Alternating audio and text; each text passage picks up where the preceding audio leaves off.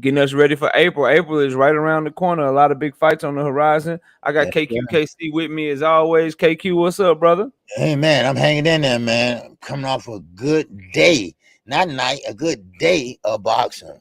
I mean, we started, man, at 2 o'clock all the way to last night. So, man, I can't ask for nothing better. And I'm talking about it's gonna get better and better. Yes, sir. Yes, sir, man. Then we got some stories too, man. Just a lot of fun stuff to talk about, y'all. Y'all be sure to smash the like button as you hop in the building with us, man. We got our cash apps down there below the screen, and also you can hit that super chat button if you feel the need to do so because you like the content. It helps the channel grow, man. So before we get started and go through a roll call, I want to give people some time to come in. I wanted to talk to you about a story that came across my way. So, and it involves Jamal Charlo indirectly, and it's nothing bad about Jamal Charlo, but there are now reports that Jaime Munguia and Daniel Jacobs are in negotiations to talk. So, Jaime Munguia, he turns down the championship shot to be a mandatory against Janabek. He don't want to fight Janabek. WBC ordered him to fight Carlos Adames in the final eliminator to become the WBC champion. He don't want to do that. Jamal Charlo sent him an offer to try to fight him and give him a shot at his belt. He don't want to do that. Instead, he gonna do a catchweight fight because they're saying it's gonna be at a catchweight because Daniel Jacobs can't come all the way down to 160. They want to do a catchweight fight between Daniel Jacobs and Jaime Munguia at like 164.5 or something. OG, what's your thoughts on how they moving Jaime Munguia, man? What you got to say about that, bro? Well, I'm gonna say like Ronnie Shields said when I interviewed him, it's not the zone, it's Oscar De La Hoya. And Oscar De La Hoya don't have anything else to present to the zone. See, him and the zone, Golden Boy and the zone, they are in a partnership. But if you don't have anything to offer to your partner, then your partner don't need you. You don't have Canelo. And now Jaime Gill, if he would have took on Charlo, which everything was fine, and this is an inside source told me that everything was fine. The zone didn't even want to be bothered with it. They didn't even care. The only one that cared was Oscar De La Hoya. And Oscar De La Hoya doesn't want to risk his last gravy train. And Jaime Gill has been protected somewhat like Canelo when he started off. And now Jaime Gill is pretty much is getting picked and choose and picked and choose. And that's how it's going to look for a while. But one day, he's going to have to run into one of them big boys. And would he be ready for it? I don't think so, because he's not fighting top level competition right now. Now, Danny Jacobs, now he's a great fighter, good fighter, but he's an older fighter now. His ears with his own, so that's an easy fight to be made. But I think that's what they're looking at. And I think it's like a non-risk fight for Jaime Miguel. But a Charlo, that is definitely a risk fight. So that's why Oscar De La Hoya said, hey, if the zone can't get in it, and like Ronnie said, I mean, it does make sense. And people in the chat, this makes sense. You know, you don't do no split promotion when the champion got a platform already. You don't do a split promotion on a pay-per-view. You just don't do that. You know, so they got an app, and you paying twice? Oh, hell no. So that's Oscar on take. So Oscar's looking out for Oscar in the words of Ronnie Shoe. So that's what it is. So yeah, man. Listen, bro. Like, I don't understand how we can't see the play. Some of us, anyway, about Oscar De La Hoya and Jaime Munguia. Listen, bro, they ducking real smoke and yes. real competition. And I ain't even just saying for Jamal Charlo. I thought Janabek would have been a great fight. So he passed down basically 3 opportunities at a world title to fight Daniel Jacobs coming off of a loss at a catchweight that does nothing for him. It ain't a title eliminator. It ain't something to put you in number 1 contention. So he passed down the interim title shot for the WBO. It would have put him in line for Demetrius Andrade belt, even if Andrade would have vacated. He passed up a WBC final eliminator to make him the mandatory for Jamal Charlo's belt.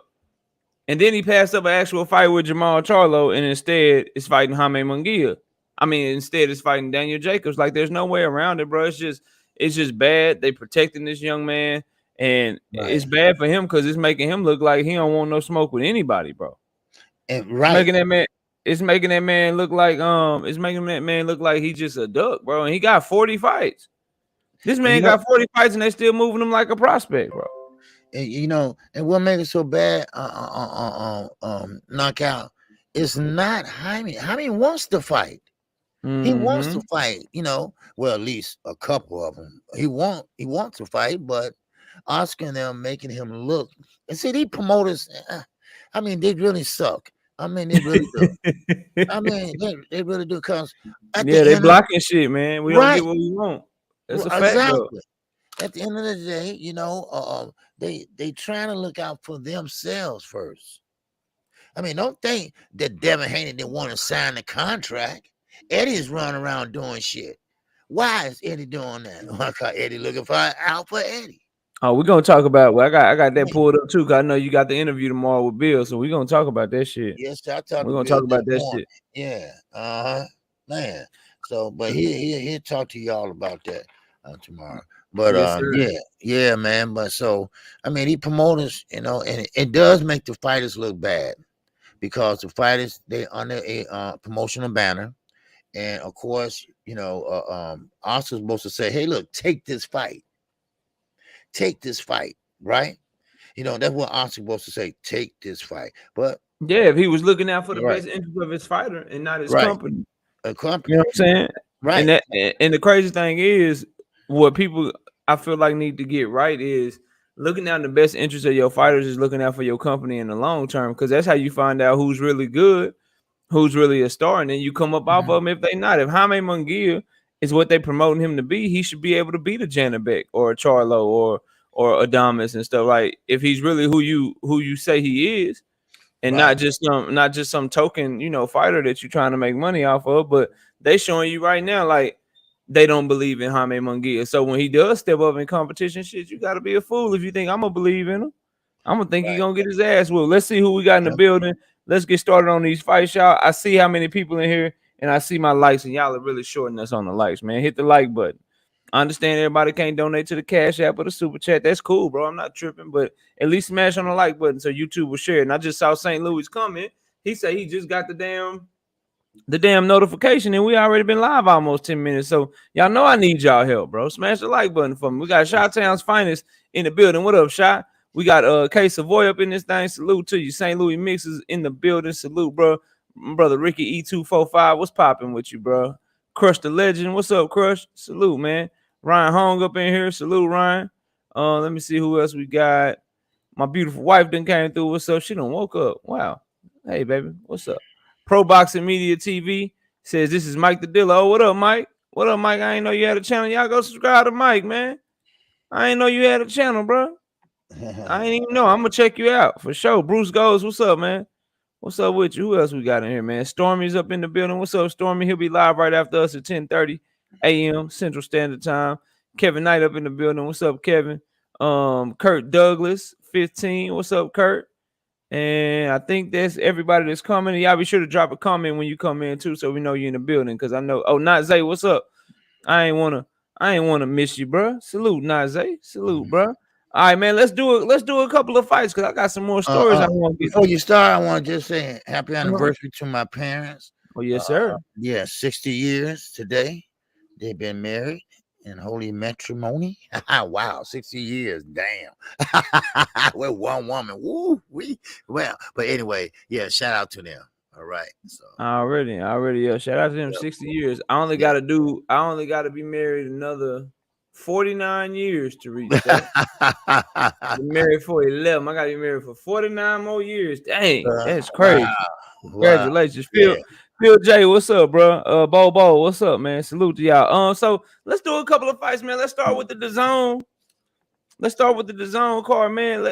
Let me get your thought. You kept calling the man Nichols, but Maxie Hughes, man, and Ryan Wall. I know. I don't know why I kept calling him Nichols. Who was I looking at? This last name was Nichols, and I kept calling that. I finally, got it together. But people say, "Man," but it was a great call, though. Yeah, it was a great call, though, man. That was a good fight. What you got on that fight, man? How'd you see it? And Maxie Hughes, he was rumored to be a potential Devin Haney opponent at one point before Devin Haney finally got the JoJo Diaz fight. But what you Well, got on what about that? his opponent? Let me understand. What did you know about his opponent? How much did you know? Ryan Walsh? Yeah. I knew I studied him because I did the prediction. He's a come forward fighter, no movement, short fighter, but he was a UK domestic fighter. He had never really fought outside the UK or fought anyone that wasn't from the UK. So he was a notch below world level, but a good pressure fighter that likes to come forward with okay power, but he struggled to cut off the ring, and looks like that's what happened. Right. Well, see, exactly. See, that's why I was going to ask you, because he fights like people don't understand. UK fighters fight differently than United States fighters. They don't cut off the ring exactly. Now, some can do it kind of, but not perfectly like we do. It's a different style of fighting over here.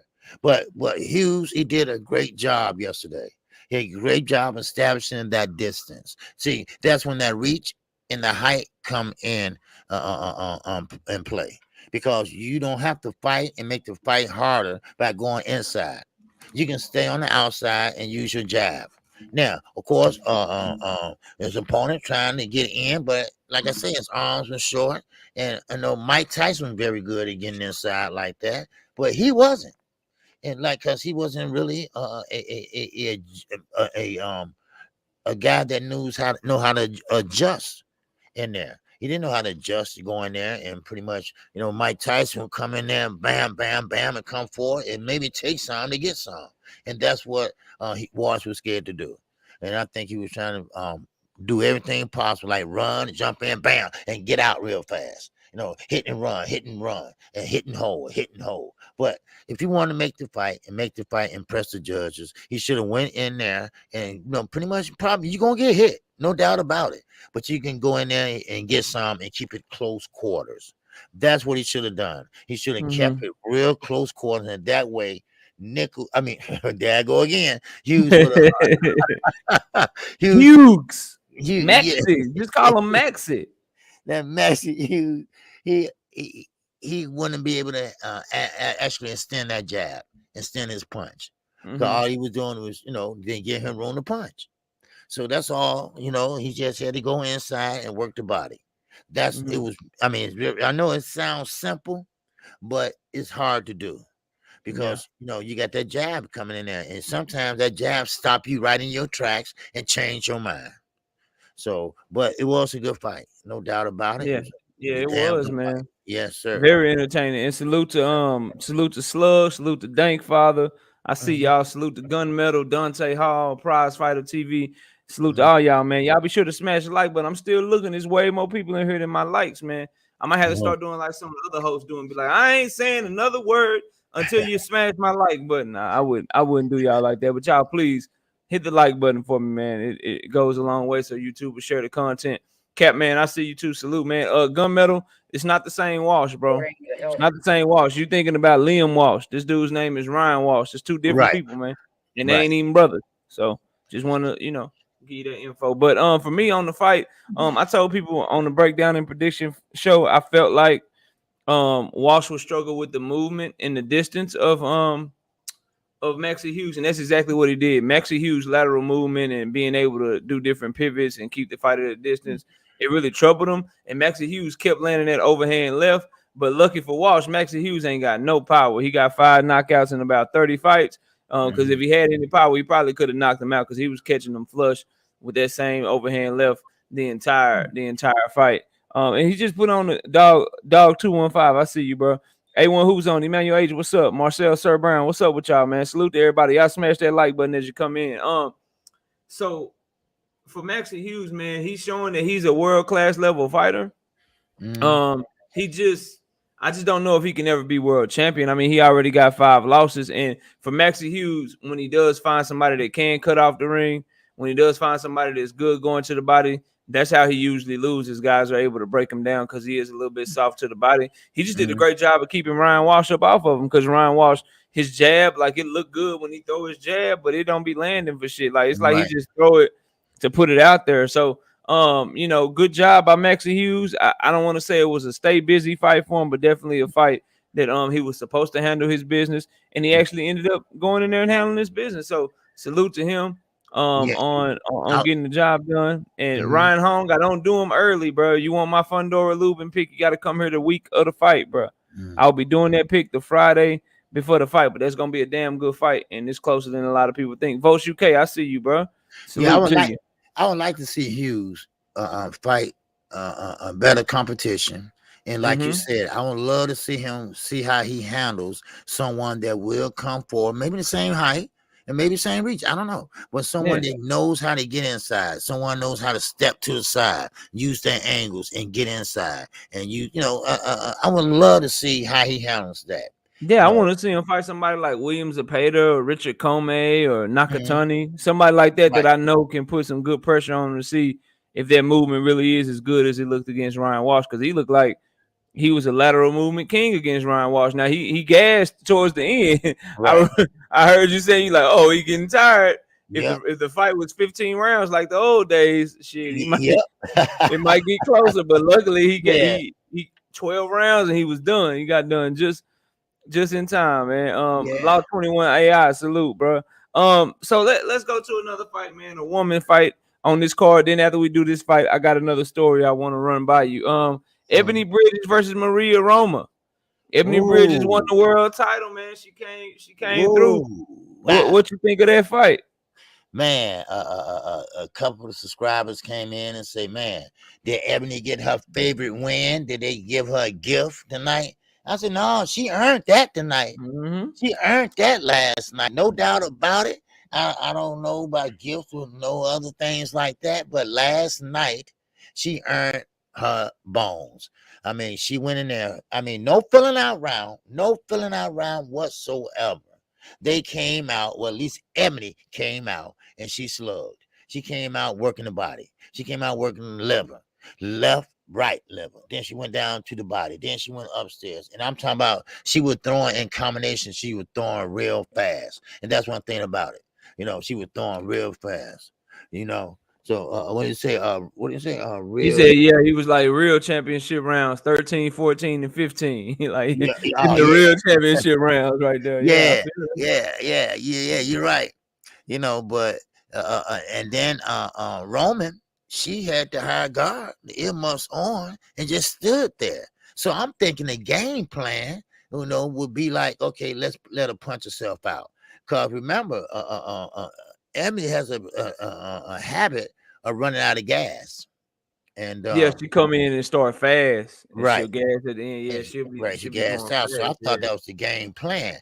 But this young lady is almost 40 years old. So she wasn't gonna last no 10 rounds. So then, she went for broke. She dropped them earmuffs, took her hat off, and came in and started slugging. And I'm talking about that's the last 3 rounds that she really gave her some competition. And the other rounds, Emily was pretty much on point. And I mean, she was on point. And I'm talking about she didn't gas out, but her mouth started, she started breathing through her mouth. Mouth started being open around 10, something like that. And but I mean, I got to tip my hat off to her. I mean, she really looked good last night, and I mean, she came in a little heavy to me, but she still was able to work the body. She was able to bang on the kidneys. You know what I mean? She, a lot of southpaws and a lot of fighters like to put that guard up and use that right hand. Shakir Stevenson, he does that a lot. He put that right hand up and work the body like that. It's like a block. All right, it's like a block. And that's what Ebony was doing. Ebony was pretty much holding her up, pushing her head back, and hitting her with the right hand, hitting her with the left. Okay. So, and Roman, and like I say, I took my head off to her too, because she's 39 and a half years old. So she went in there, and she wasn't as big as Bridges, but she still was able to take some and give some. But it was a little bit too late. Bridges had too many rounds in the bank. So there's no way she would have to need a knockout to pull that out. So that's how I looked at the fight. Yes, sir. Quickly, I see you. Salute to you. Who's Israel? Salute to you. Law 21 AI. If you say why you didn't cover in Billy fight, how do you feel about him? On every video that I drop, bro, and I drop videos every single day during the week. Every video that I drop, I give my email and I say if there's a breakdown or a prediction you want me to do for that week, shoot me an email. So in the future, bro, if you got a fight that you want me to cover or a breakdown or a prediction you want me to do, I do them every Friday night. But shoot me an email earlier in the week, and if you got that fight, if it's that week, I'll cover that fight for you. You know, so if you want something in the future, just let me know. Educated Jab, what's up, bro? Salute to you. I got that Cash App that you sent to me because we got the Tszyu fight, right? You know what I'm saying? We went 9-2 this week. We shined on them. 9 right, 2 wrong. Okay. You know What two you lost? Man, I lost the damn Burchell fight and the one right before that. ESPN kicked my ass this week. The Jose Vivas and Eduardo Baez. Every other one I got right though. NBA D nights, I see you, bro. But you know, 9-2, that's close to 90%. So we still shining. You know what I'm saying? For those y'all don't know, I'll put it up here for you right now. There it is, right there. The prediction record: 254 right and only 49 wrong. We still going strong. Oh man, you doing good, man. Let me put this back up here for KQ and I. There's our Cash App. Y'all smash the like button, bro. Y'all are hold. I got like 50 people in here and 36 likes. That does not add up. Who are the 14 people that are hating on me right now, bro? Stop hating. Don't be hating on us, man. Smash the like button. Y'all in here. Y'all know the content is good. But Roma versus Bridges. Roma made a huge mistake that I believe all women boxers should pay attention to. It's only 2-minute rounds, and y'all only got 10 rounds at the championship level.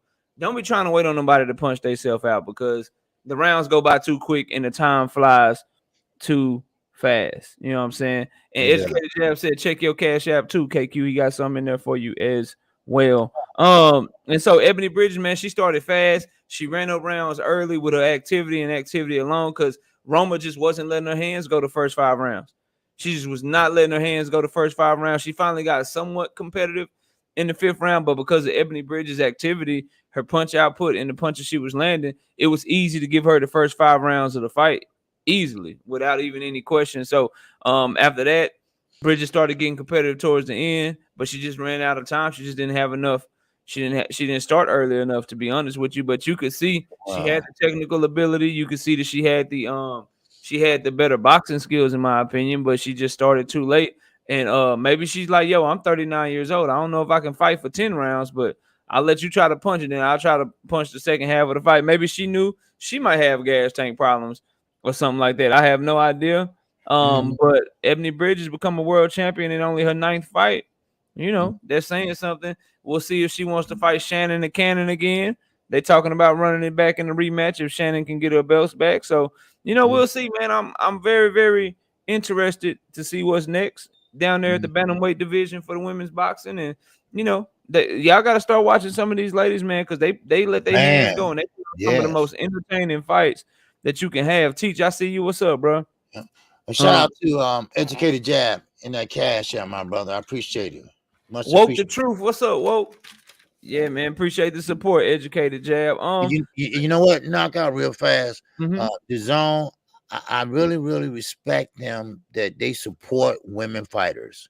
Last night they had 2 women fights on. You know, I mean, they really, really supporting the women fighters, and I like that. I wish PBC would get into it, and Bob don't really care about women fighters, but you know, because I think the women fighters are going to start blowing up. You know, I really do. I think now everybody's going to start picking up on women fights here and there. You know, maybe start off with 1, the next thing you know, 2.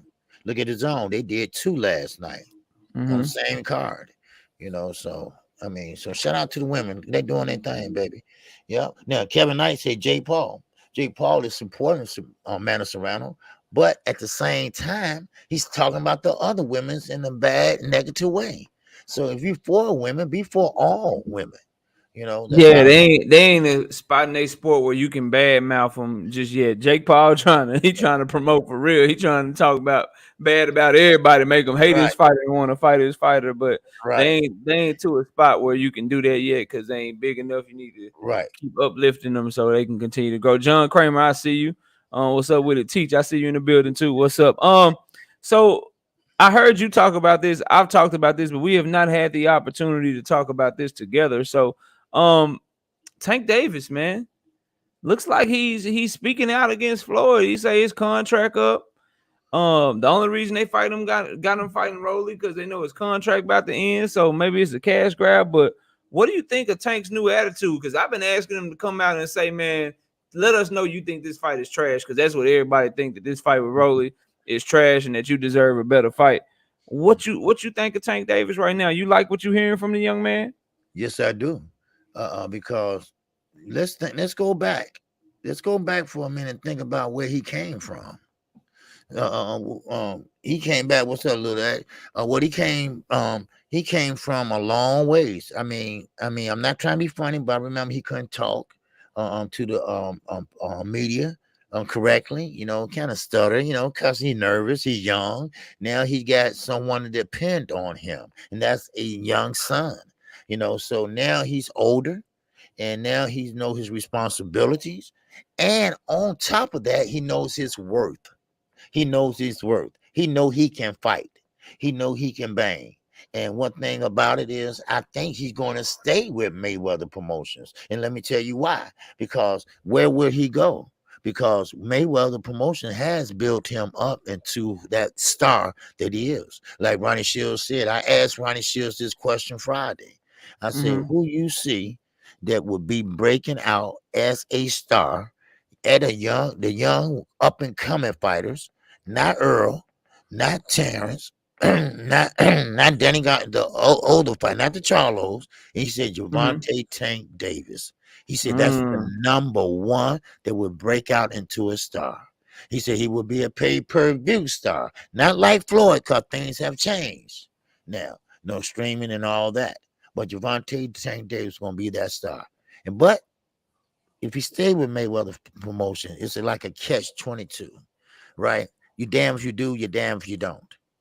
And when Floyd got to let him fight better competition, because the best got to start fighting the best. And how you know you the best if you don't fight them, So let's put him out there and let him fight, But you don't have to put him on a fast track, but at least put him on moving. Let him move. And I don't blame Tank. I think that Rolly fight is just a inside power grab, and that's what I think it is. So Yeah, I understand his frustration, and I'm glad to hear him say that, because I'm a fan of his, and I'm frustrated as a fan with what he's giving me. And I keep telling people this, and a lot of people in the building haven't heard me say this, so I'll say it again. Salute, get the smoke, G Parker, X. I see all y'all in the building. Like, if you go through, man, like Tank's last 5 or so opponents, you got Hugo Ruiz, Ricardo Nunez, old Yuriokis Gamboa, Leah Sano Cruz coming up in weight, Mario Barrios, Isaac Pitbull Cruz, and now Rolly Romero. He better than that, bro. Yeah. He better than that list of opponents. And to have Floyd moving them like that, it's just like, bro, you giving. It's like all us in America, we probably, if you ain't seen the movie, you know who John Wick is. Like, it's like giving John Wick a bodyguard, bro. Like, John Wick don't need no goddamn bodyguard because he's an assassin, bro. He's the best assassin in the world. So protecting Tank is like giving John Wick a bodyguard. Like, he don't need your protection, Floyd. It's a lot of people that maybe think it's a close fight with him and Loma, or maybe think it's a close fight with him and Devin Haney or Cambosos or a lot of these 140 pounders. And what if it's not really that close? What if Tank is so talented, he go in there and he beat the shit out of them, bro? You know what type of star would be born if he do some shit like that, but you don't even give him the opportunity to go prove himself. You know what I'm saying? And so it is what it is. And yeah, Kurt, that's what I'm saying, bro. I see it. I see him all call him out, but he ain't fighting them. And so it's making him look bad. The same way we were just talking. I don't know if you were here, Kurt. We were just talking about Jaime Munguia, bro. We were just talking about how Jaime Munguia, he signed the Charlo contract. He's showing that he want to fight, but the way that Golden Boy is moving him is making him look like a duck, bro. It's the same thing with Tank Davis. Like, I believe he want all the smoke that you could possibly give him. However, with the way that Floyd is moving them, trying to make money, trying to keep Mayweather Promotions afloat because he they star, trying to bring all the money in-house by making him fight another Mayweather Promotions fighter and Rolling.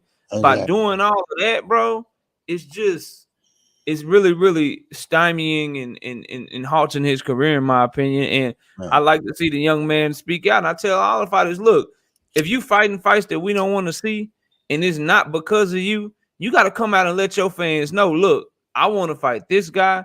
That guy and that guy right there. The only reason I'm in the ring with this guy is because my promoter set this shit up. I'm gonna do my contract and I'm gonna honor my word because I'm a man of my word. But y'all just know I don't want this fight. Right. This ain't some shit that I want. And him doing that, man, I'm very, very happy with him doing that. Bobo, I see what you're saying, bro, but you don't want he'll ruin a lot of those guys, he'll ruin their career, bro. Michelle Rivera, we'll talk about him in a minute. He put on a pretty good performance, but he ain't ready for Tank. Frank Martin, maybe. Jose Valenzuela, that's a damn good fight. He let his hands go a lot, but he has a lot of defensive flaws that Tank could take advantage of. But hey, I ain't saying protect those guys, make the fight. All of those fights are better than Rolly Romero. So shit. Yeah. You know, if Yeah. you give me an option between Tank versus one of them or Rolly Romero, yeah, I like that. Successful hustle. I see you in the building. Let's get to another fight though, real quick, man. Let's do the main event. And I got it jumped up.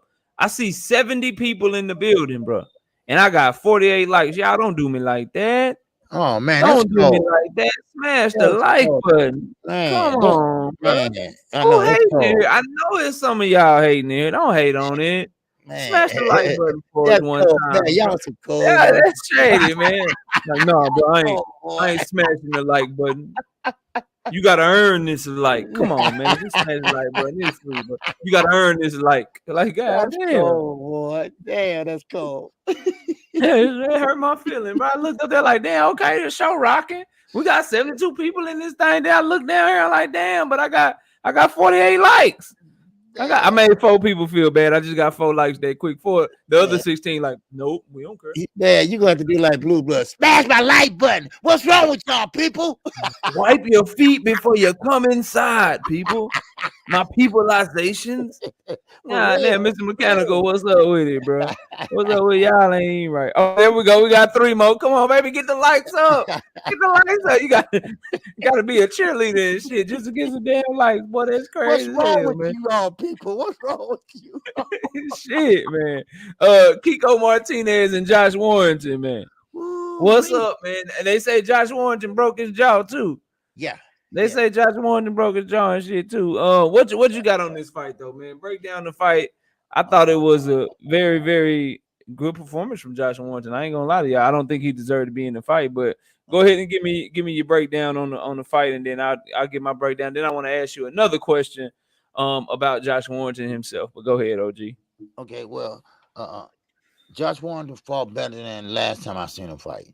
It seemed like he gotten better. I don't know, was it training or going through a phase of losing or not being, that top guy that really, gave what's his name, trouble and beat him. But Kinko, I had Kinko win. I wanted him to win rather, and he didn't come out with the win, but Josh Warrington was fighting small. He was fighting real small, and he was getting down to on the body. But he started headhunting a lot. And now at first, he was going and mixing it up. He was going downstairs. He was going down to the body. He was trying to go down to the kidneys. And then Kinko was, pretty much punching back. Now, but Kinko was walking through his punches. Josh Warrington is not a big puncher, but Kinko was still walking through it. But then Warrington still got small. Then he got up close in the pocket. Now he did throw an overhand right, and the eye got cut open with the glove. Now it wasn't a headbutt. I think it was the glove that busted open. Then Kinko pretty much went back, and I don't think he could see out that eye because the blood was dripping down. And the corner was a bad corner. I mean, that cut, they didn't do nothing to that cut. They just slapped some grease on it, and that's it. Now, but Warrington, he did look pretty good, but he did a lot of tactics that was unnecessary because the goddamn headbutt king of boxing now, bro. Right. God damn. Exactly. Because when I looked at Kinko in between rounds, and I was talking to the chat in between rounds, when I looked over, I'm like, how the hell he get them cuts over there and over here? He would cut right. like a goddamn the raccoons and shit. Yeah, yes. bro. And I'm like, what happened? Then I said, oh, Warrington doing that, and that's why Kinko got mad in between the fight, in the fight. You know, He hit him. He reached around the ref to clock his ass, right. bro. And I'm talking about after the bell rung, right? Because Yeah. it was pissed off. Because I mean, come on, let's keep it clean. And I know sometimes fighters might go straight low a little bit, sometimes, not purposely, but in the heat of the moment. But what Warrington was doing, he was out of control. He was out of control. He didn't have no great punch placement. He was punching everywhere. Now, with the head, the reason why he had to cuss over the head, because he was head hunting a lot. He was head hunting. Then he tried to get head to head with him and glove to glove. And he trying to fight small. But he ended up cutting him with his own head. And that's why I always say, everybody's head is hard. You can break your hand on somebody's head. Yeah. So, and when you headbutt somebody, and you nothing might not be wrong with you, but you might cut that other guy all up. And that what happened to Kinko. He was cut all up. Now he took it well. He didn't protest anything like that. He just took the good with the bad. But Warrington, overall, after all that, he did fight a good fight. I have to give it to him. He did fight a good fight. He used his jab. He came behind his jab. And so I mean, I have to give it to him. That's the best fight I've seen him fight in a while. Yeah, facts. Right. Facts, and that was a rematch. So yeah, Mr. Munn in that super chat with that $5. Salute, gentlemen. Salute to you, Mr. Munn. I appreciate you. Every time you pull up, you showing love to the channel, man. Thank you so much. My brother Kirk Douglas, 15 with that $5 in the super chat. He said that boy Tim, a bad man with that pressure. Oh, we gonna talk about it. We gonna talk about the Aussie from the Outback, bro. Let me see where Bobo had left a comment. Bobo, I agree with you. I saw you comment. Here it is. I saw you comment. I agree wholeheartedly, bro. I agree wholeheartedly. Like, shit, if he gonna fight those guys, he might as well fight the guys you mentioned. I don't think they ready, but shit, you know me. Shit, I don't give a damn if you ready or not. That's a good fight. Put them in there and prove me wrong. Let me see who else we got teaching the building. He said Josh kind of dirty. Yeah, he is kind of dirty, bro. David the real Thomas, I see you, bro. And that's why in this right here, OD, we were talking about Tank earlier. He says Tank's best fights are on the other side of the street. You think Mayweather's going to break bed with Arum or Hearns? He says no. And that's my point. All his best fights are somewhere else. Just like we said about, like, and this is what I try to tell people, OG. Just like we said about Terrence Crawford. Look, bro, all your best fights are over there with Al Heyman. That's who you need to go do business with to further your legacy. And if your promoter, Bob Arum, is blocking it and not willing to get those fights for you or can't get those fights for you, then you got to do something else because that's going to hurt your career. It's the same thing with Tank Davis. Just because Bob Arum is a white Jewish dude and Floyd Mayweather is a black dude, that don't mean my opinion is going to change. It's going to stay consistent. Right. If you're Tank Davis, all your big fights at 135, they pretty much all fight for somewhere else. Devin Haney's on the zone. Cambosos is with Lou DiBella. Ryan Garcia is with Golden Boy Promotions. And you know what I'm saying? Like all his big fights are somewhere else. So if Floyd Mayweather is either unwilling or unable to get those fights for you, you got to do what you got to do to go get those fights. And then if you look at his future, moving up to 140, again, all your big fights, they not with Mayweather Promotions. You got Regis Prograis with Pro Bellum, Jose Ramirez, Zepeda, Teofimo Lopez, who just moved up to 140, all with Top Rank. Montana Love is with the Zone. You know what I'm saying? So either Mayweather need to get off his ass and he need to start getting these cross-promotional fights, or if you Tank Davis, you got to look at what's best for your career.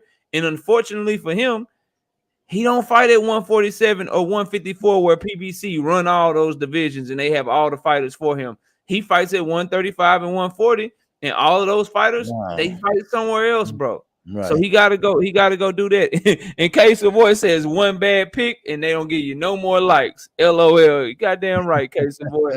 Got 9 right this week, and they just gonna focus on the ones I got wrong. YGB, what's up, bro? Salute to you. K-Rod, I see you in the building. Terry Wood, what's up, man? Y'all smash that like as y'all come in here, man. We getting closer. I see y'all. So that's what I'm talking about. 72 people, 67 likes. It's still 5 of y'all hating, though. It's still 5 people in here hating, man. Don't be hating, man. Smash the like button. They watching. Yeah, for me on the Josh Warrington Kiko Martinez fight. Listen, I picked Josh Warrington to win. I don't know where he got this power from. I don't know how all of a sudden he start just knocking people down in first rounds and shit, but he looked fast. He looked very, very confident, and I guess it's easy to look fast and look confident when you get your ass whooped basically twice, and then your punishment is you get to have a hometown fight for a world title. I guess that's just how boxing is. So he was very confident in front of the home crowd. He fed off of them. And he did his thing, man. You got to give him props, and he got the stoppage. I picked him to win the fight. I picked him to win by decision, though, and he went out there and he stopped Kiko Martinez. I think it probably could have went the distance if he hadn't cut Kiko with them headbutts early. And I just don't know what I don't know what these referees be looking at. Do they study the fighters' fights leading up to their own fight so they can know what to watch out for? Because you would think that the ref will be ready to put a halt to that, but Josh Warrington, again, just like in his last fight, he catch somebody with a headbutt early and cuts him. And luckily for him, and luckily for us as fight fans, he didn't catch Kiko in the wrong spot to where the fight got stopped, bro. Right. And we get yet another no contest because he running around here, just headbutting people left and right. But overall, looks fast, looks sharp. He still got an issue with his chin though. I think Mauricio Lara damaged him. And the moment Josh Warrington fights somebody that's live, that's in their prime, and not damn near 40 years old like Kiko Martinez, I think homie is in trouble because he broke his jaw. His jaw got broke. You know what I'm saying? They confirmed that his jaw got broke. But one thing I wanted to ask you before we moved on to the next fights, OG, Josh Warrington will not mention Mauricio Lara's name, bro. He will not mention Mauricio Lara's name. They asking him about Lara. He didn't even answer the question. But him and his team, they talking about Lee Wood, Leo Santa Cruz, right? Lee Wood, everything but Lara, man. What's up with him, bro? I thought he's supposed to be a warrior, right? Right. Why he ducking this man, bro? Styles make fights. And that type of style that Lara has is not going to make Warrington win that fight. They know it. We've seen this all the time. You know, I don't want to keep bringing this up, but look at Canelo Alvarez. They keeping him away from guys that got great feet. You know, you got guys that can move and punch and got all the full package. And Warren sees that. His promoter sees that. His handler sees that. So what you do is do what Oscar taught Canelo to do. Let's play keep away. Let's stay out of that area and let's go in this area. All right. Don't go in the hood. Let's go over there in the good neighborhood. All right. We don't want to go over there because that's a little bit too dangerous. So we're gonna stay over here where we nice and safe and make some money. So that's what Warrington is doing. He's learning now at a later stage of his career. He's staying away from the guys that gonna make a fight difficult. That maybe it's not even a 50-50 fight, more like a 60-40, and not Warrington way. So that way, you know, you stay away. And of course you're not gonna call his name. You don't want no attention that you want to fight him. Because next thing you know, your phone gonna be ringing to make the fight. Yeah, because Lara want all the smoke. Yep. He want, and you know what? I don't even think it should be a matter of whether or not he want to fight him. First of all, make no mistake about it. I'ma always maintain this. Warrington shouldn't have even been given that shot. If anybody should have been given that shot, it was Mauricio Lara. And then Smoke is right. He say Warrington been a duck. Yeah, I never understood that. I wasn't on YouTube yet, but I never understood why people tried to act like Warrington was so honorable and doing something so good when he dropped his IBF belt. Talking about he wanted to chase big fights. Number one, it's easier to get big fights when you're a champion. Number two, a big fight, he was ducking out on Kid Galahad rematch because a lot of people felt like Kid Galahad had beat him that first time, and Kid Galahad was gonna be his IBF mandatory, and he tried to act like, well, I already been there, done that. I'm chasing big fights, so if y'all want to make me fight Kid Galahad, I'm just gonna drop my belt. Nah, bro, that's some whole sucker shit. Like champions don't drop their belt. Number one. That's a huge fight over there in the UK, and that's bigger than any fight that you fought instead. So what are you talking about? So he has been on some strategic ass, duck ass shit, but I'm here to tell y'all his age may say 31 to 32, but he looking punch drunk, bro. I think Lara took a whole lot out of him. Wow. I think he took a whole lot out of him, man. But let's move on to the Showtime card. Y'all, we wanted to get to the ESPN card, but to be honest with y'all, we wasn't able to cover that card because I have to go back and watch it. I watched some of the fights, but I ain't watched all of them. And so we're gonna go to the Showtime card, y'all, because it was so much boxing on yesterday. And that's what OG was able to call was a Showtime card. That's what I was able to watch fully and focused. And so that's what we're gonna go over. But before we do, I do want to say I saw the comment. Yeah, bro, it's time for Miguel Burchell to retire. I do want to say that it's time for him to retire. He is not the same fighter, bro. I did see that. That's one of the fights that I was able to watch. I got to watch back the rest of the card. But yeah, Miguel Burchell, OG. I know you ain't had a chance to watch it. When you go back to watch it, you're gonna see a punch drunk person that never fully recovered from what Oscar Valdez did to him. Just he is not the same, bro. And he got pieced up in a bad way. The corner had to stop the fight. And man, it wasn't good. too. Yeah, wow. Yeah, man, it was bad, man. Salute to my brother Allowed 21 AI with that $5 says, keep it up. We intend to, brother. We intend to. This you want to talk boxing, man? Come here, come to KQKC Boxing Network. We do this every day, man. This is what we love. You know what I'm saying? But let's get to the first fight, man, because it was 3 great fights on Showtime, bro. Yes, Elvis Rodriguez looking better, y'all. Ooh, Elvis Rodriguez looking, hey, man, he getting better and better. But Elvis Rodriguez versus Juan Velasco, the first fight on the Showtime card. OG, what you got on that fight, man? What you think? Elvis was in the building last night. Now, he kind of looked like he kind of bulked up a little bit. And I'm talking about bulked up like on the muscle tone, right? And he was under the tutelage of Freddie Roach. And he came out taking his time. Now, normally, when we see him before, he used to kind of rush his punches. He used to come out there rushing and throw recklessly. I mean, even though he was a big puncher, or seemed like he was a big puncher in case, opposition. But last night, he took his time, he picked his shots, and he broke Velasco down. Then he turned it up. He started turning it up. Then he started throwing the jab. I was calling the fight, and I would say, hey, this is battle of the jabs right now, right? But what he was doing is using that jab as a range finder. He was using it as a range finder. How close can he get to land that left hand? Because he was throwing right jab, which he's southpaw. So Velasco pretty much was doing the same thing. But Velasco was kind of bagging back, and then came forward and throwing double rights. Now, if the first right don't land, why would you throw another right? Now I understand that you trying to, pretty much counter your counter, but it didn't work. But Rodriguez, he turned it up.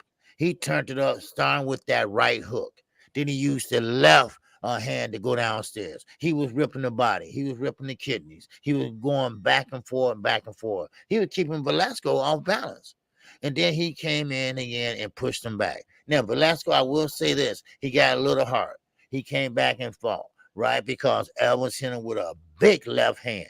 And he counterpunched that left hand. I mean, it takes some guts to do that, but he left himself wide open too. So he had a choice to make, and he chose to fight back, and he did.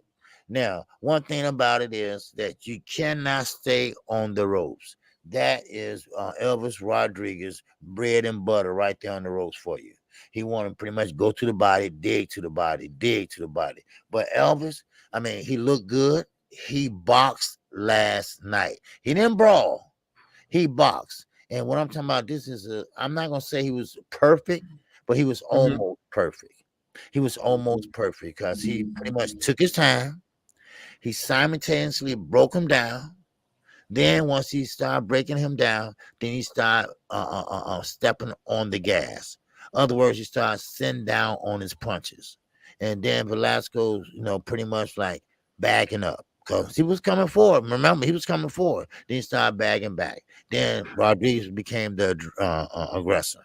So, but it was a good fight, and he put on a great performance. And actually, that's the best performance I've seen him put on in a long time. So, I can't say too much more about it because, hell, he was on point last night. And I like that. I like how he was on boxing last night, and he was in shape, didn't get tired. It felt pretty good. So, yeah, man, it was a great performance. And Mr. Steal Your Chin, Floyd Tough competitor Mayweather, BN Boxing News, Batman, I see all y'all in the building. PGL Ski, I see all y'all, man. Salute to y'all. Jafari Caesar, I see you, man. Salute. I appreciate y'all coming through. Smash the like button as y'all come in the building. That's right, Mr. Steal Your Chin. You did pick Kiko. OG, who'd you pick to win the Kiko Martinez? Yeah, I did. I picked Kiko. I forgot. Who'd you pick? Yeah, Kiko Martinez. Oh, yeah. That's right. Yeah, I see a lot of y'all saying Burchell should hang it up. Yeah, man, it's time to go. Listen, when you ain't got no defense and your chin go, it's time to hang it up, bro. He never had no defense. Okay, Burchell never had no defense to begin with, and now you know what I'm saying he out here just bad, bro. Just Is he at the hospital? Bad. I know they took him. I don't know. I ain't check. I didn't check it this morning. Nivea, my daughter in the building. Salute, sweetie. But yeah, this fight, man. Elvis Rodriguez, bro.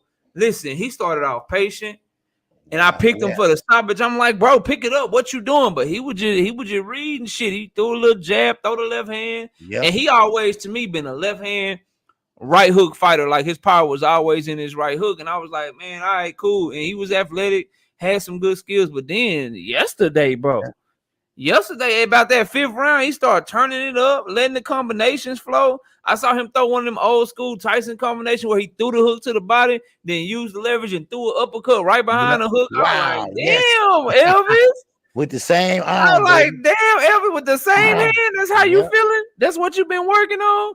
Listen, he might be another Urdinas Ugas. And what I mean by that, Urdinas Ugas was with Top Rank, okay? Top Rank let him go because he lost, and then you see the run that he done been on with the PBC. Elvis Rodriguez is with Top Rank. He lost to Kenneth Sims. They said, man, you ain't nothing. They discarded his ass. PBC done picked him up. Since he been with PBC, he got 2 big knockouts. You know what I'm saying? He say he ain't coming to play. He only 26 years old. You can see the hand speed. He showed much better creativity in this fight than I've ever seen him throw, because usually it's jab to find his distance, left hand, right hook. Jab, left hand, right hook down low. Jab, left hook, right hook, left hand, right hook down low. This fight, he was showing different angles, pivoting off, starting with a body shot, going. I was like, damn, bro. Elvis been working on shit. Yeah. Elvis been working on shit. They be talking about Elvis left the building. He made old boy leave the building, dropped him 3 times, and just went nasty. And he only got 14 fights now. No, 15 fights. My bad. He only got 15 fights now. So just keep growing, keep working on your craft. And he too, man. Listen, OG, he fight at 140 pounds.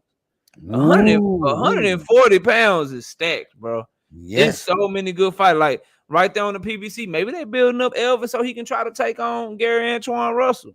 I'd love to see that fight. I think that's a damn good fight. Look, co-main event on the pay-per-view card, or maybe a main event on a regular card. Yeah, sign me up. I don't think Russell. I don't think. Yeah, that would be a good fight, but I think Rodriguez is a little more talented than Russell. You think he's more talented than Gary? Ooh, Batman in here. Batman gonna ask for a link. We don't drop links on Sundays, Batman. We don't drop links on Sunday, bro. Because Elvis, he moves very smoothly, you know, and he using the uppercuts, he using the feints. Then he come with the same hand like he did last night. He's learning. He's getting better each and every fight.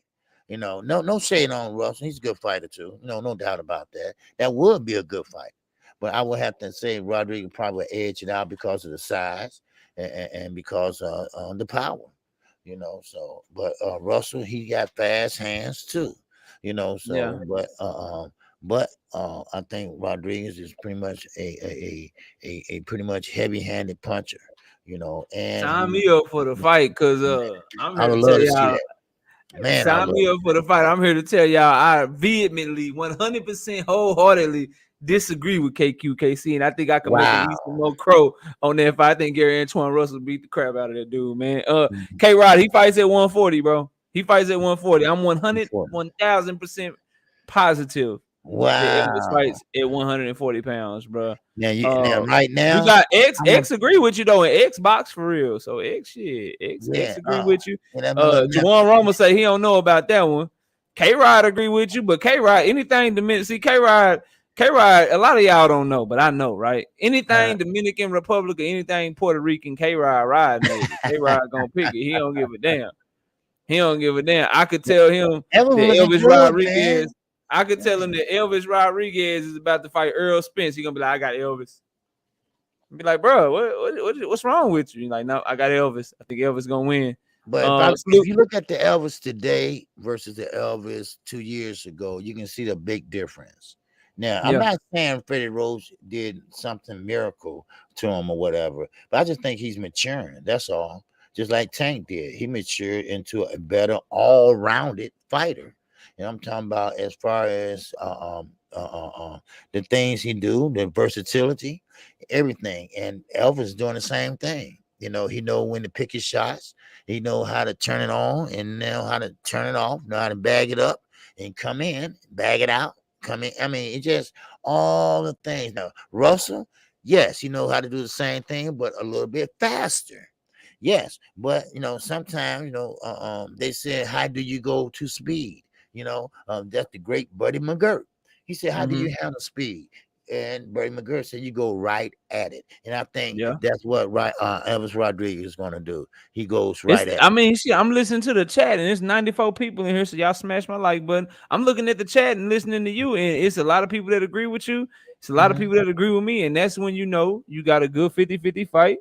And it's split, and hopefully we can see it. Felix Nunez says Dominican Republic, we on the map. Elvis and Rivera got potential. We about to get to Michelle Rivera. And my thing with that fight, y'all, and I'll say this, and then the thing I would say is Gary Antoine gonna press Elvis and all that patience and shit, all that creativity that he got. I don't know if he gonna be able to get that shit off on Gary Antoine. And Gary Antoine is a pressure volume fighter. Now Elvis got some pop, so if he hurt him, that can change the fight. I just think Gary, his educated pressure, his boxing skills, his pedigree, I just think it'll be a little bit too much. I think he's much more of a refined product than Elvis, but Elvis definitely got potential. I ain't saying jump into that fight right now. I was just saying that the Shark Tank is full of sharks at 140 pounds. It's a lot. And then you think of the 135 guys that could come up to 140.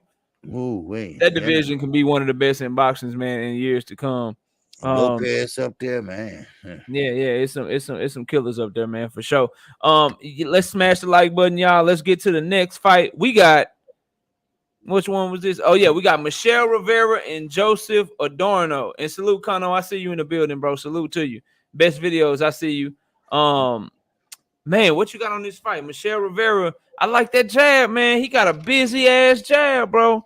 But what you got on Michelle Rivera versus Joseph Adorno? Well, at first, I called knockout.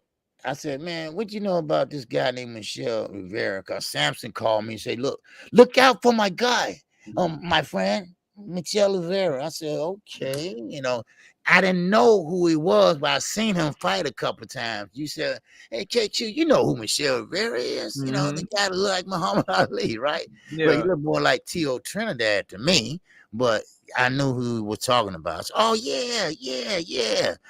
So I didn't know he was Samson fighter, though.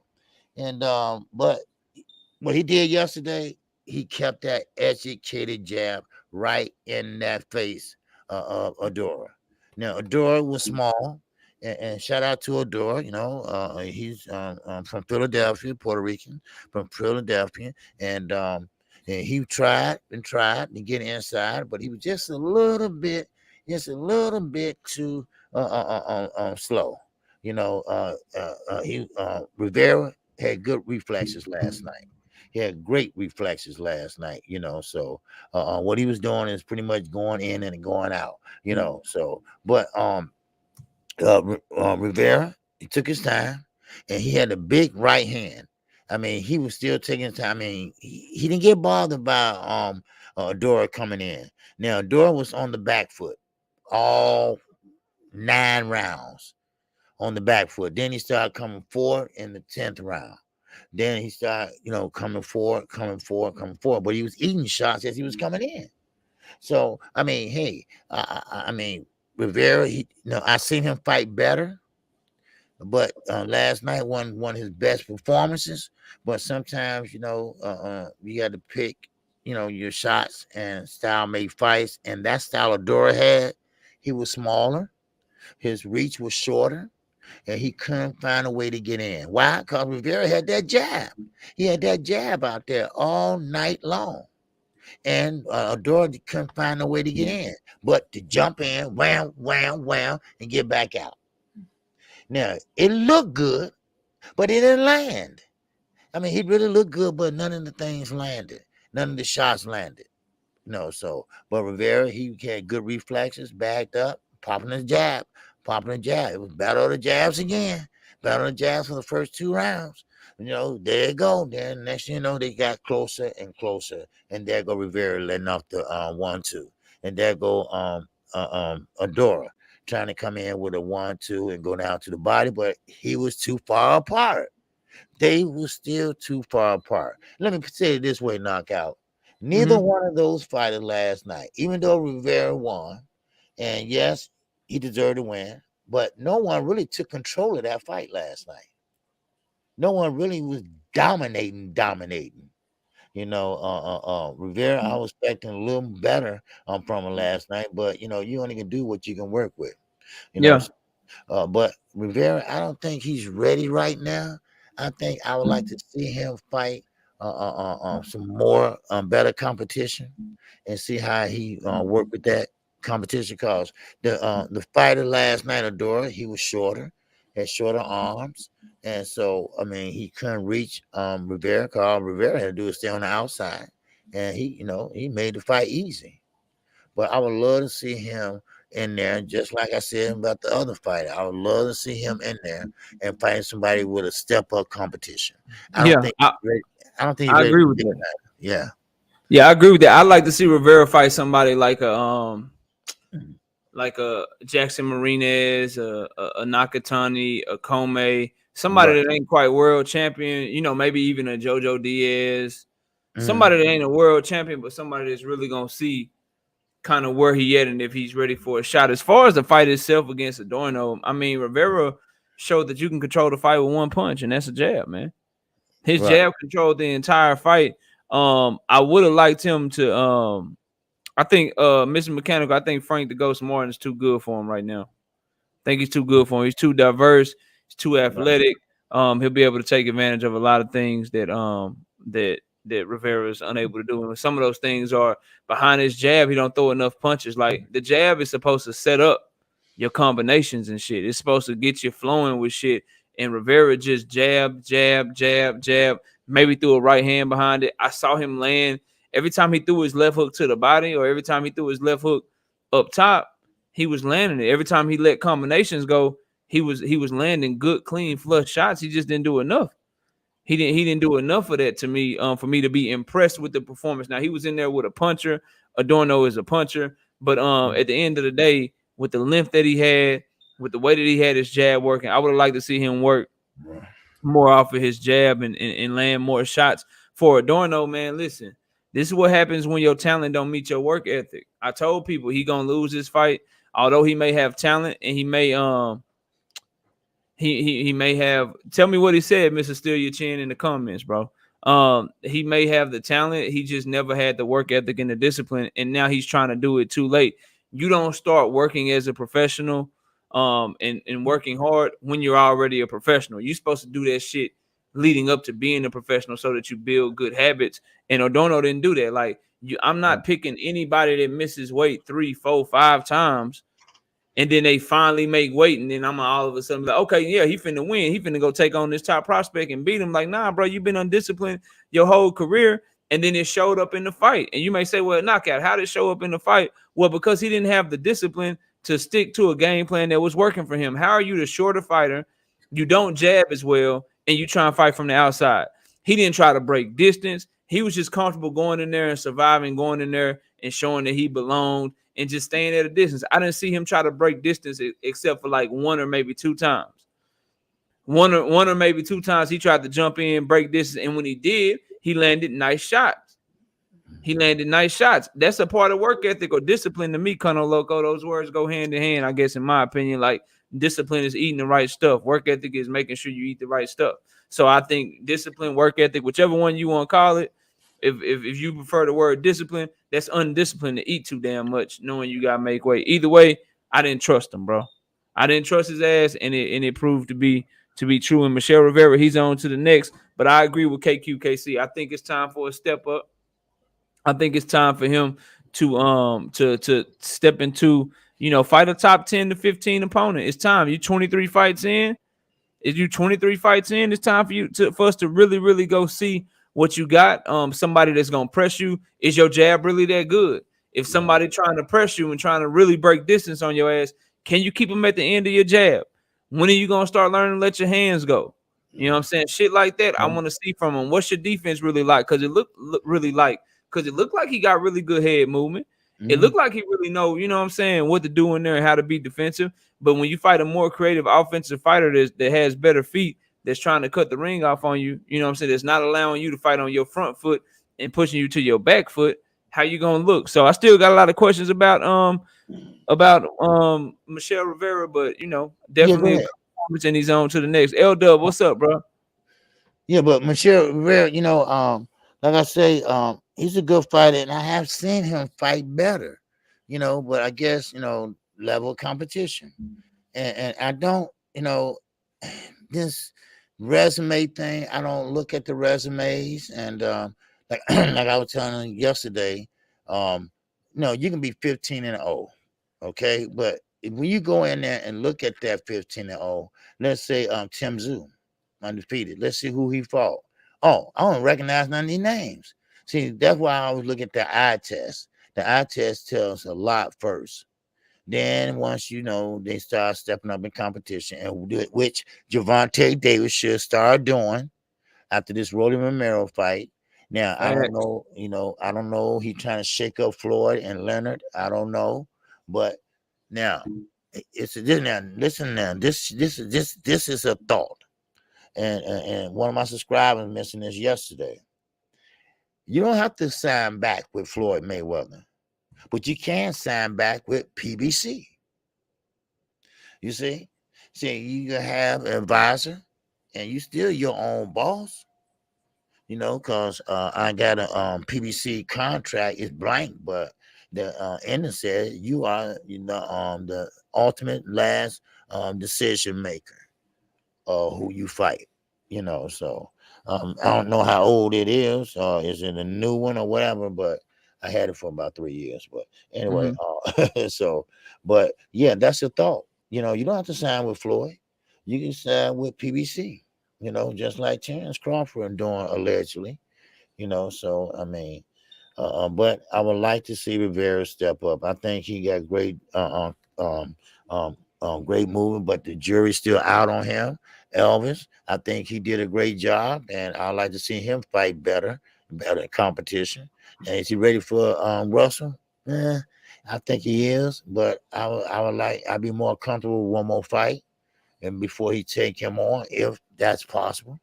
But again, Gervonta Davis, he already did the test. He already got the eye test done. All he need to do now is fight better competition. Yeah, That's and I'm that's the bottom line. like I keep telling people, like I'm telling y'all, it's my opinion, and I want it to be proven right or proven wrong, because I feel like my opinions are based in sound logic. It's my opinion that a lot of y'all that think that certain fights with Tank Davis and a certain opponent, some of your favorite fighters, a lot of y'all that think that those are 50-50 fights, I believe they ain't 50-50. I believe Tank washes a lot of people's favorite fighter. A lot of people who are high on certain fighters and think certain fighters can do this and certain fighters can do that. I'm here to tell you that Tank Davis beats the shit out of a lot of them, bro. A lot of them. I believe that. But I need to see him go prove that so I can come on here and talk my shit. Or if it get disproved and he get his ass whooped, then shit, I come in here and I'll admit I was wrong. But in my opinion, I think that he can beat a lot of people's favorite fighters. A lot of people that y'all think give him trouble don't really give him trouble like that, in my opinion. So let's get to our last fight, man. Facts, Tszyu. Go facts, ahead. I was saying facts. Kevin Knight, he was saying keep Al attorney and Promote himself. promote himself. Tank sign with Showtime. There you go, right there. Who can give you the best advice but Al Heyman? K-Rod, if that shit ever happens, I'll take that bet, bro. I'll take that. I'll take that bet. But here we go, man. Tszyu, Terrell Gausha. Tszyu and Terrell Gausha. Tszyu said, "I'm coming over to America." Dr. Mark, I see you. Salute, Dr. Mark. Tszyu says, I'm coming to America, and I'm here to let y'all know that I ain't coming to play. Now, Tszyu scared the shit out of me because he got put down in the first round. All right. I was worried. But then he proceeded to open up a can of whoop ass on Terrell Gausha for the entirety of the fight. Mm-hmm. What do you think of that fight? Can Tszyu become world champion at 154 pounds? Should guys like Lubin, Charlo, Castano, Fundora, J-Rock, Jerry Hurt, should they be worried about Tszyu? Is he a problem, OG? Break down the fight for me. Let me know what you think, man. Okay. Well, what I think is that, excuse me, Gausha is an Olympian. Now, you got to be a special type of fighter, amateur, to be an Olympian. Yes, you do. He was great when he was Olympian. Somewhere he lost his moxie between taking that bus ride from amateur to pro. Don't know what happened. Now, I told everyone he always been hiding behind that guard. He never let his hands go. When he fought Esther and Laura, he was kind of quiet. I mean, everybody in the crowd was kind of booing. You're like, come on, let's see something. Come on, show us something. But he would never let his hands go. Now, last night, Tszyu got hit with a flash knockdown, but then again, it was a nice right to the jaw. Now, Gausha is all buffed up, muscles toned and everything, but looks can be deceiving. And they was deceiving last night. Okay, Tszyu, it seemed like the more he got hit, the madder he got. And one thing about it, he liked to bang. He liked to throw hands, and that's what he did last night. Now, he had Gausha, I called it the bus stop. He was going from one end of the ropes to the next end of the ropes, from one bus stop to the next bus stop. And Tszyu was right on his tail. He was hitting with the left, he was hitting with the right, he was hitting with the uppercut, he was hitting with a body shot. And Gausha still had the high guard up. Now, he'll bring it down and throw one and put him right back up. But I think Tszyu just open up on him, and see, once you start getting hit by a guy, shots, and you get hit and knocked down, whatever, you start getting used to them punches. You start getting used to them punches. Matter of fact, your face or body might go numb and can't feel them shots like it used to. And then Tszyu, he came in now. Now with a Charlo, I don't think he can measure up to a Jamel Charlo right now. I don't think so, because Tszyu is not a mover. All right, he'll walk you down, but he will throw hands with you, but he'll walk you down. Mel got a lot of versatility. He'll use that lateral movement, and he'll pop that jab while he's doing it. Then he'll do it again. Then he come out with a 1-2, and then he'll fire another 1-2. And he is the mandatory though of Jamel and Castano, or whoever the winner might be. So he already that.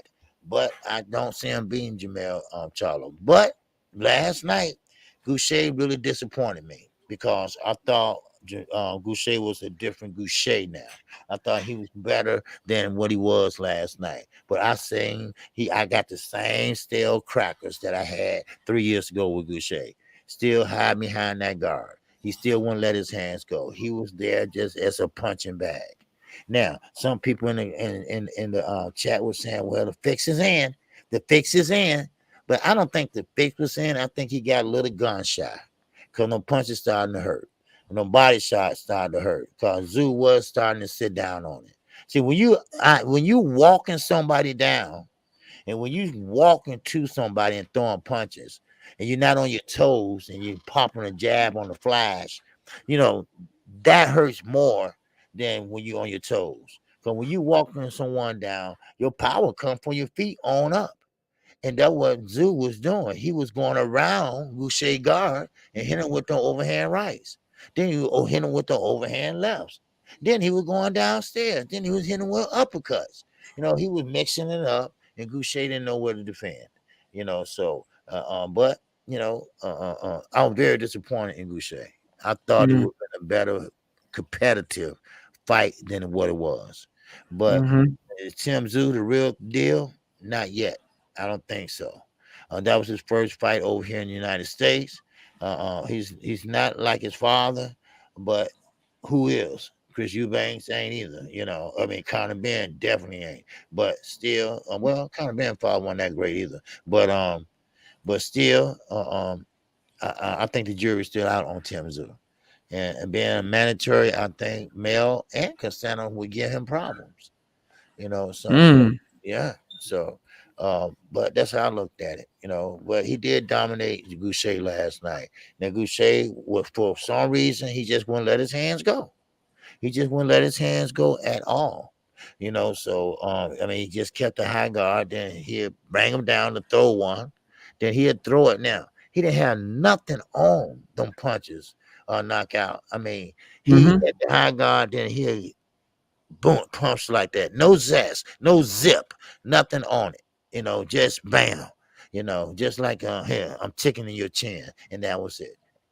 So that's how I look at it. Yeah. All right, so for the fight itself, I was impressed with Tszyu. Got knocked down, put on his ass early, but then got up and he proceeded to beat the shit out of Terrell Gausha. I liked how he punched around the guard. I liked how he didn't just punch to Gausha's gloves. He was framing and peeling his shit down, throwing hooks a lot, reaching around the guard to throw shit to the body. And I hear y'all keep talking about Terrell Gausha. A jab would have solved the issue, or he could have done this, or he could have done that. Maybe, just maybe, he did what Mikey Garcia did. Maybe Tszyu power is really like that. He was like, oh shit, I'm just gonna survive. And we all know when a skilled ass boxer just want to survive, shit. They gonna survive because he was in there getting his ass whooped by Tszyu. Right. Tszyu, with that pressure style, he a problem. And I'm gonna read Mr. Munt's super chat, and I see all y'all talking about Lubin, Fundora, Charlo, Castano. I'm gonna tell y'all what I think. Mr. Munt with the $10 in the super chat, he says Tszyu is not an issue for Charlo, Lubin, Harrison, or none of those guys. All those guys are huge punchers. Harrison a huge puncher? Tony Harrison? I don't know, Mr. Munt. And Tszyu absolutely had no head movement. Gausha landed every jab he threw. All right, I feel y'all. Y'all know who beats Tszyu? Maybe Jermell Charlo, and that's it. Maybe Jermell Charlo, and that's it. Because Jermell Charlo, if he catch Tszyu with a right hand, then can Tszyu take it? That's the question that I have. Now, if he can take Charlo shit, that's a problem too. But Charlo is the only one. He's the only one that can beat Tszyu, in my opinion, bro, at 154 right now. Not phony. Tony, hey, ain't no puncher. That's what I'm saying, bro. Yeah, he ain't got no power. So, first of all, Lubin and Harrison's chins ain't gonna hold up. Lubin and Harrison's chin ain't like I feel what y'all saying. They ain't gonna hold up, bro. They not gonna hold up. I understand what y'all saying. They are not holding up. And I would just ask y'all, you know what I'm saying? Like, hey, bro, at the end of the day, when you got a pressure fighter like that throws that many punches, you have to look at, can somebody hurt him, bro? And can somebody keep him up off of him? Because they're going to be going backwards. You either going to be going backwards the whole time, or you're going to have a war in the center of the ring with him. You're not finna press him and go forward. You know what I'm saying? And I hear what y'all saying, bro. I hear what y'all saying, Tony Harrison and stuff. But homie got one knockout in the last 6 or 7 years, bro. Matter of fact, in the last 5 years, he got one knockout. I mean, so we talking about his power and shit. Seemed like once he started stepping up, yeah. Once he started stepping up, when he fought better competition, so did he just have power against the guys he was fighting? Or does he really have power? Like, because when he stepped up, he ain't had no power. Mr. Munt said, with the $2 in the super chat, said, I should have said Harrison is extremely accurate. That I agree with. I agree with that, bro. You know what I'm saying? I just... Tszyu, you know what I'm saying? He ain't got hella power, but it's an accumulation of punching. I don't believe who Israel. I don't believe that whatchamacallit. I don't think David Benavidez got hella power. He just got good enough power and he throws so many punches and his hands are fast. Tszyu is a good counter puncher. He's good at slipping shit and throwing uppercuts. He's nice, bro. He's nice. You know what I'm saying? It just is what it is. Like, and then see this one right here, we can't do that. Because everybody was saying that Gausha was a step-up fight. Everybody was saying that Gausha was coming over here and taking on tough competition. Then he go and he practically only lose one round. And now it's like, oh man, Gausha stayed on the ropes and did this. Y'all know how I give it up, bro. We can't act like Gausha was doing that shit on purpose. Maybe Tszyu made him go to the ropes. Maybe something in that fight, maybe he felt something from Tszyu that he was like, shit, I need the ropes to help me up. I need the ropes to help me up. You know what I'm saying? Like I need him to help me up, bro. Tszyu, man, he good, bro. He good. I see what y'all saying, but he good to me, bro. He good to me. And I think that was more of time and smoking. He just got caught cold in the first round. He couldn't hurt him no more the rest of the fight. You know what I'm saying? I like what I see from the young man. And I think if you are not Jermell Charlo, I don't see you really beating him at 154 pounds right now. Maybe a welterweight moving up, but guys like Lubin who chinny as hell, nah, bro, because Tszyu gonna hit him. He got his hands are too fast not to hit Lubin, and he gonna press Lubin. So it is what it is, bro. It is what it is. We'll agree to disagree. I tell you what, either y'all are gonna be proven right, or I'm gonna be proven right, because we're gonna get to see it real soon. He ain't signed to the PBC for no reason. He about to start getting these big fights. So we're gonna find out who's right, who's wrong, and then y'all come talk shit to me if I'm wrong. But damn it, if I'm right, y'all come give me my flowers now. Yes, y'all come give me my flowers, bro. You know what I'm saying? Because I think Jermell Charlo is the only one right now at 154 that I'd have that'll beat him. I think him and Brian Castano is a war. They would meet at the center of the ring. And I like Tszyu's power. I like his length better. I like his counterpunching ability. I think he's more versatile with his combinations. I'd have him beating Brian Castano. I think Lubin is way too chinny. I think Julian J. Rock Williams, way too chinny. Jason Rosario, way too chinny. Fundora, not nearly as hard of a puncher as Tszyu is. And plus, he likes to give up his height, so he won't use the jab. That'll be a war. I favor Tszyu in that fight. Jared Hurd, he all but done. You know what I'm saying? Like, it is what it is. That's cool. Best videos. I win a lot of money because Vegas disagrees with me, bro. I win a lot of money because they disagree with me. But that's all I got on that fight. I was impressed with Tszyu. I see y'all weren't as impressed with him, but shit, you know, it is what it is. That's my opinion. I like Tszyu. Yeah, Roja, I believe in Zoo. I believe in Tszyu at 154 pounds, man. I like his style, bro. I like how he fight. He seemed like a dog. He ain't trying to, like, I like him much better than I like Conor Ben. I like him much better than I like Conor Ben. You know what I'm saying? He really trying to make a name for himself, Tszyu. Conor Ben is living off of Nigel Ben. Tszyu say, I want to be better than my stuff. You know what I'm saying? So salute to him, man. He came over here and he did his thing to me. See, I thought highly of Gausha. Gausha only lost to Laura and Lubin. Then when Tszyu beat him, it's like, nah, everybody that beat Gausha beat him too. Nah, bro. Nah, I can't do like that, bro. Tszyu is the man, bro. I don't care what y'all say, man. Let me see what else we got, man. We got about 5 more minutes. KQ, Devin Haney. You got Bill Haney coming on the show tomorrow, man. Yes, sir. What I know you gonna have some questions for him tomorrow, but what's the latest, man? What can you give us, man? Where are we at with this Kambosos fight? Are we getting it? What's going on there, man? Well, I can't say too much, but I did speak with Bill Haney, and yes, we getting the fight. But let me put it this way: Devin, which y'all probably already know, is going to take a pay cut in this fight. Legacy, he thinks is more important than the money situation, and Bill pretty much left it up to him to make the decision. Now they all good on their side. Now, only thing about it now, Kambosos side, you know, they all agreed on their side. Now, the thing is, now they got to sign the contract. Kambosos team, they must sign that contract for it to be official. So, but I'm gonna ask tomorrow the same question I'm saying right now. Well, didn't the contracts everybody good, everybody great, everybody let's go, and they was in the gym working last night. So let's see, you know, how it play out. And Bill, he said he's gonna break everything down to everybody tomorrow. So hopefully it'll work out. You know, Yeah, man, I can't wait to hear that. I can't wait to hear that interview. And Haney and Kambosos, man, that I like that fight. And I said it on the video, and I'll say it here to y'all in case you haven't watched that video yet. The reason I like that fight is twofold, right?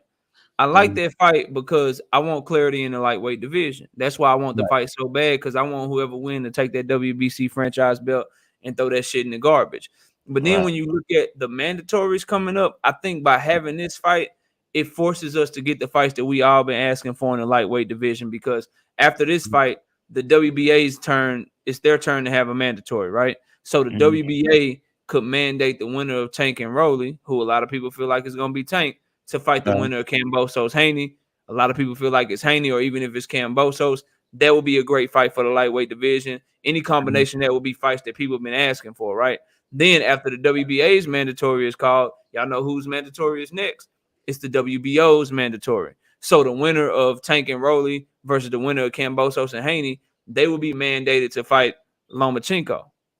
You know what I'm saying? And so then I would love to see that shit, bro. I thought it was a WBA steal your chin. You know, that's what I've been reading. But if it's WBO, it's WBO. But I thought it was WBA. Anyway, long story short, the point is still with these mandatories, whether it's Loma first, Tank second, or Tank first, Loma second, these mandatories, they will give us a chance to finally see the types of fights that we've been asking for in the near future. You know what I'm saying? That we really been wanting. And if Kambosos has an IBF mandatory, shit, he was the IBF mandatory. So I would think the WBO and WBA would go first, because Teofimo Lopez fought Kambosos as an IBF mandatory. So shit, the IBF don't get to skip the line again. So hopefully Tank, you know what I'm saying, and Rolly winner, they get mandated to fight Kambosos and Haney, and then Loma gets mandated to fight them. You know what I'm saying? Then we can get all of the fights that we want to see. That's why I like the Haney Kambosos fight first, because it's just it gives us an undisputed champion. Then let that undisputed champion go and defend all of their belts. But that's it, man. Let me catch this last super chat right here from the brother Law 21 AI with the $5. He says Charlo beats Tszyu in my opinion. Okay. And Gausha was wiping the sweat off his back with the ropes and kind of looked gassed after a while. I feel what you're saying. And again, Charlo, the one I would give a chance, that right hand, bro.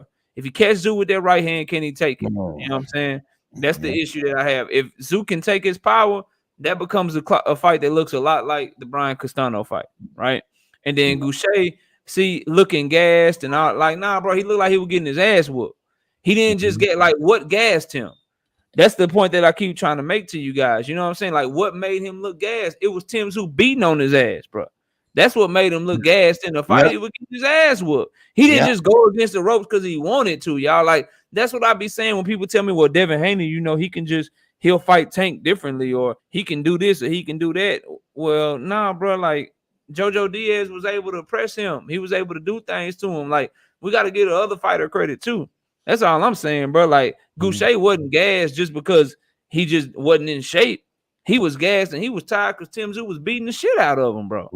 Right. That's what made him tired. And so that's why I'm saying I'm high on Tim Tszyu, because I give him credit for what he did to Gausha, who is a great fighter coming off of a big knockout against Gausha. And I ain't gonna say great, a very good fighter coming off of a knockout against Gausha, and then following that, and then, you know, only losing to the top of the division. You know, it is what it is, man. And Gausha, and I knew he would sit back and do that, but he was on them ropes like that because he was getting pounded on. You know, we can all agree to disagree, but one thing we do know, we'll be talking about Tim Tszyu a lot in the future, because PBC definitely gonna push him and he gonna get his shot. So we'll see. We'll see he'll get a shot. Yeah, he gonna get his shot for sure. Mm-hmm. But KQ, man, let everybody know where to find you. Give your last words, then I'll give my last words, and we'll wrap the show. I appreciate everybody coming through. Y'all smash the like button if you're gonna get out of here before we give our last words. But go ahead, KQ. Yes, sir. I am KQKC Boxing Network. You can catch it right here on YouTube every Monday through Friday, 12:30 p.m. Central Time. I come right on after Trill Boxing Talk. And on Saturday mornings, we have a call-in show that starts at 10:30 a.m. Central Time. Unless we have a early afternoon fight, then we'll move the call-in show on Friday. Then on Saturday nights, we'll have a fight, and I will be calling those fights from here all the way to August. So might as well sit back and relax and get ready for some good fight calling all summer long. And also, on Sunday mornings, we'll be live on Knockout Boxing 86 TV and KQKC Boxing Network. We alternate on each network each Sunday. And with that, you mean you have to subscribe to both guys. So with that, that's all I have, man. I appreciate you today, man. And I Yes, appreciate sir. everybody coming in, hanging out with me yesterday. I mean, we did boxing all day from 2 o'clock in the afternoon to what 11:30 last night. So Yeah, man. All you did was yeah, take a break to eat, man. Go get you yeah, some rest. And for me, y'all, listen, if you in here and you ain't subscribed to the channel yet, man, subscribe to the channel, man. We doing yes, good sir. work over here. So y'all be sure to subscribe to the channel. Everybody that donated in the super chats, man, I appreciate y'all. Let me check my cash app, make sure I ain't got no more cash apps. I think we are good. Yeah, we good on that. So I appreciate everybody in the cash app, everybody in the super chat. Smash the like button if you haven't already. And then for us, man, we got video dropping all during the week, man. We got daily content dropping on the channel. I'm live every Wednesday night, 7:30 p.m. Central Time. Live every Friday night, 7:30 p.m. Central Time. And then, like KQ said, we live together every Sunday morning at 9 a.m. Central Standard Time. Enjoy some time with the people that you love today. Everybody have a great day. I appreciate y'all coming through, man. Everybody that's saying great show, great content, man. Thank you so much. We do this for y'all and we do this for the love of the sport. So I'm glad y'all enjoying the content and the show and the delivery, man. And we're gonna do this for many more shows to come. So y'all enjoy the rest of y'all day. KQ, I'll catch you later, man. All And we right. appreciate y'all. And we out of here, y'all. Peace out. Peace. All right.